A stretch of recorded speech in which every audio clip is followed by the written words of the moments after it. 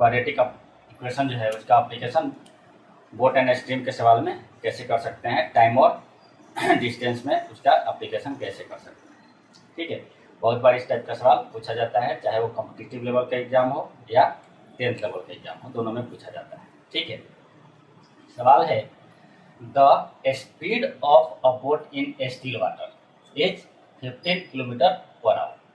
ठीक, 15 kilometre per our के speed से बोट जो है स्टिल मतलब स्थिर वाटर में चल रही है। It can go 30 kilometre upstream and return downstream to the original point in 4 hours 30 minutes। ठीक है, नाव जो है बोट जो है 30 किलोमीटर अप स्ट्रीम और डाउन स्ट्रीम दोनों कंडीशन में तय करती है। कितने घंटे में जी? 4 घंटे 30 मिनट में ओरिजिनल पॉइंट तक। ठीक है, मतलब 4 घंटे 30 मिनट, 4.5 घंटा इसको अप स्ट्रीम और अप स्ट्रीम से भी डाउन स्ट्रीम में ओरिजिनल पॉइंट तक आने में लगता है। ठीक, find the speed of the stream, stream का स्पीड निकालना है।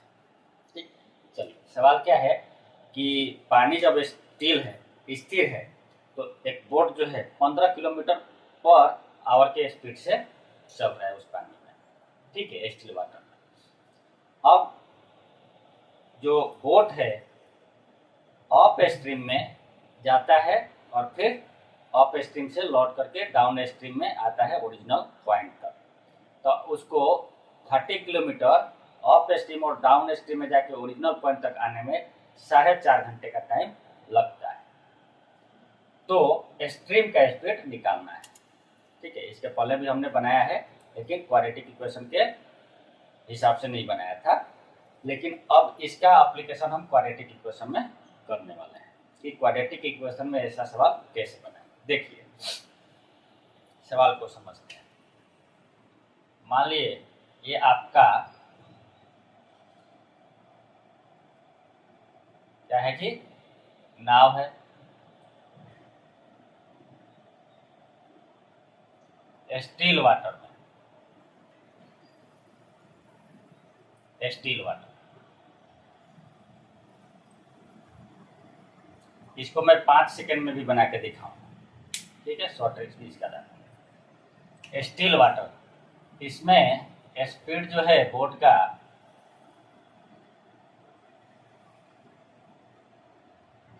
15 किलोमीटर पर आवर हो गया। अब सेकंड कंडीशन में आते हैं।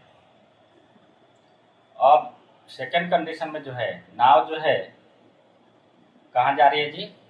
अप स्ट्रीम में।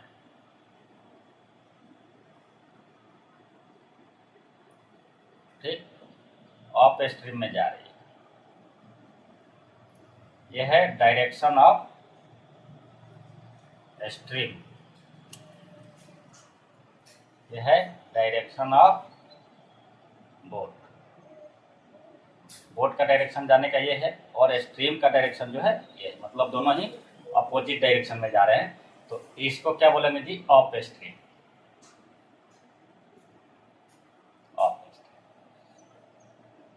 अप स्ट्रीम में कितना kilometre ji?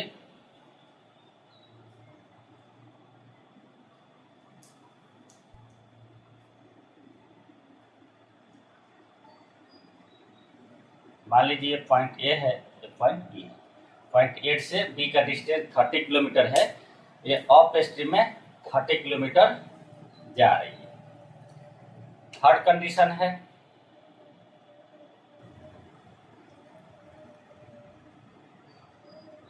Direction of stream, direction of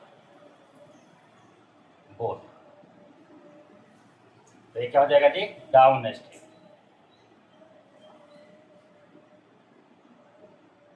down stream boat जो है स्ट्रीम के डायरेक्शन में चल रहा है।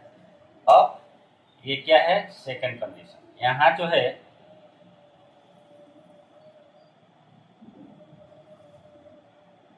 30 किलोमीटर ए से बी की तरफ गया था, अब बी से ए की तरफ। ये ओरिजिनल पॉइंट है, इसको क्या बोला है इस सवाल में, ओरिजिनल पॉइंट। यहाँ से चालू किया बी और बी से चालू करके डाउन स्ट्रीम में ए तक आता है, यानी ओरिजिनल पॉइंट तक आता है।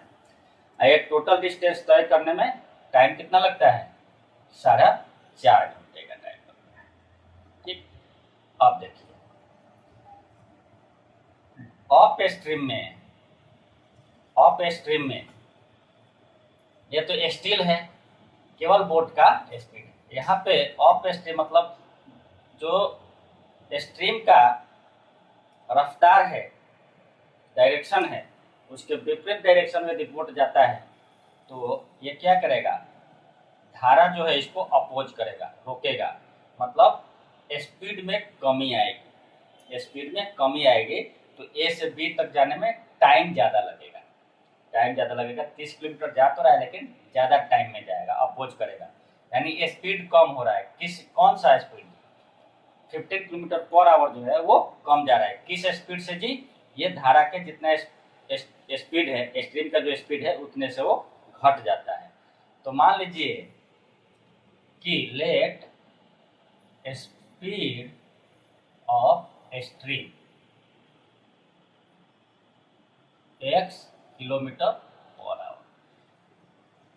अपोज कौन कर रहा है जी, स्ट्रीम। तो स्ट्रीम का धारा है, स्ट्रीम का कुछ स्पीड है, तो उसका स्पीड आप x किलोमीटर मानिए। तो इस x किलोमीटर पर आवर से ऑफ स्ट्रीम में जो बोट का स्पीड है कम हो जाएगा। तो स्पीड क्या हो जाएगा जी, 15 minus x kilometre per our. देखिए ऑफ स्ट्रीम में स्पीड क्या हो जाएगा, 15 minus x kilometre per our. क्या, क्योंकि x किलोमीटर स्ट्रीम का स्पीड है, तो x किलोमीटर पर आवर से इस 15 किलोमीटर पर आवर को अपोज करेगा, तो इसमें x किलोमीटर की कटौती हो जाएगी, तो कम हो गया। अब B तक आया और B से फिर ओरिजिनल पॉइंट तक आना है। ये क्या है, ओरिजिनल पॉइंट तक आना है। अब क्या करेगा, ये B से A की तरफ आएगा। तो B से A की तरफ आने में क्या लगेगा, टाइम कम लगेगा। क्यों, क्योंकि स्पीड बढ़ जाएगा।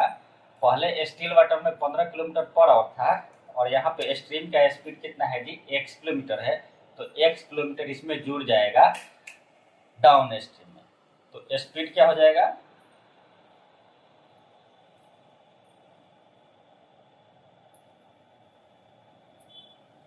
Fifteen plus x kilometre per our, इतना हो गया। अब देखिए डाउन स्ट्रीम और अप स्ट्रीम में आपको क्या निकल गया जी, स्पीड निकल गया। डिस्टेंस मालूम है तो टाइम भी मालूम हो जाएगा। तो time taken to cover 30 kilometre in of stream क्या हो जाएगा जी, टाइम टेकन टू कवर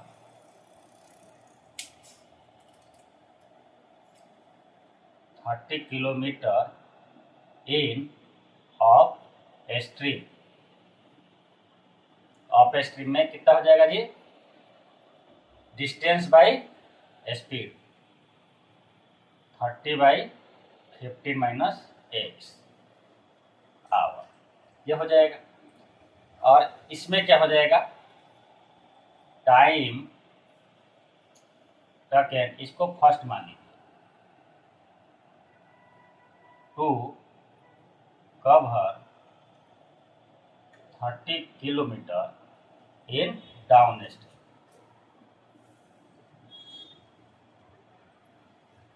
क्या हो जाएगा जी, 30/15 प्लस x आवर, सेकेंड मान लीजिए। अब इसको जोड़ देंगे, ये क्या है, ये दोनों टाइम है, तो ये दोनों मिला करके कितना लग रहा है जी, 4.5 घंटे। यानी adding first and second 30/1/15 plus x plus 1/15 minus x, ये कितना है जी 9/2, 9/2 यानी 4.5 घंटे। यहां से क्या हो जाएगा देखिए, ये हो जाएगा 30, ये दोनों जब करेंगे तो एक्स एक्स कैंसिल हो जाएगा, जोड़ेंगे तो, और 15 प्लस 15 30 हो जाएगा। ये हो जाएगा 15 का स्क्वायर माइनस एक्स स्क्वायर, और इधर जो हो जाएगा आपका 3/2 इंटू 10 हो जाएगा। ठीक, 3 से 9 कट जाएगा और 30 भी कट जाएगा। अब इसको आगे सॉल्व कीजिए, आगे सॉल्व कीजिए।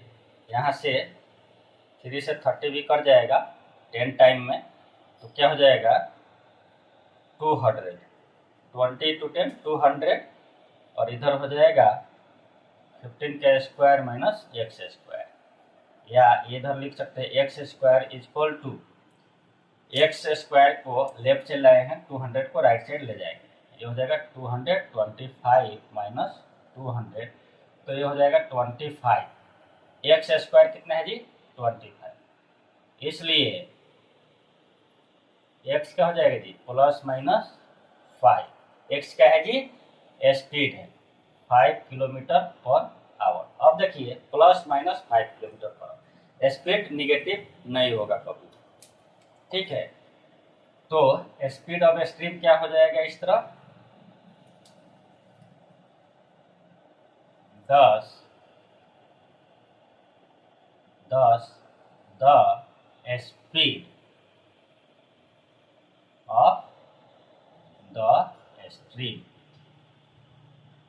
कितना हो जाएगा जी 5 किलोमीटर पर आवर।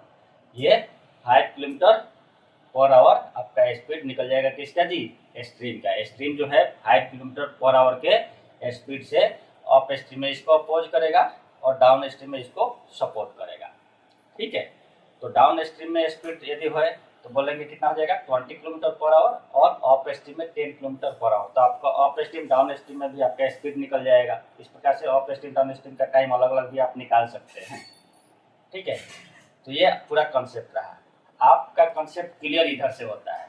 आप सवाल पढ़ करके यदि आप ग्राफ ड्रॉ कर लेते हैं, ये ग्राफ आप एग्जाम में ड्रॉ कर लेंगे, ग्राफ को ड्रॉ करने के बाद ये समझ लेंगे तो आपको कंफ्यूजन नहीं होगा कि क्या करना है। आपने ये ड्रॉ कर लिया, इतना लिख लिया, तो आपको समझ में आ जाएगा कि आगे क्या करना है दोनों कंडीशन में, और उसके बाद इक्वेशन क्या मिलेगा। तो ये आपका क्वाड्रेटिक इक्वेशन का application up and down stream में रहा, कैसे करेंगे ये आज मैंने सीखा है, ठीक है। आशा करता हूँ आज के बाद आप लोग को क्वाड्रेटिक इक्वेशन का application up stream down stream यानी टाइम एंड डिस्टेंस में नहीं होगा दिक्कत। कभी भी आप चाहेंगे, कभी भी ऐसा सवाल पूछेगा तो आसानी से बना लेंगे, ठीक। चलो ये तो आपका लॉन्ग मेथड रहा। शॉर्ट मेथड के लिए क्या करेंगे, 2 लाइन में सवाल को बनाना है तो क्या करेंगे, ठीक है। चलिए इसके लिए हम दूसरे वीडियो का इंतजार करेंगे, उसमें हम इसको बताएंगे कि 2 लाइन में इसको कैसे सॉल्व करना है। तो चलिए, वीडियो अच्छा लगा हो तो ज़्यादा से ज़्यादा लाइक कीजिए, शेयर कीजिए, और अपने भाई के चैनल को सब्सक्राइब जरूर कीजिएगा। मिलेंगे ऐसे ही वीडियो के साथ, तब तक लिए धन्यवाद।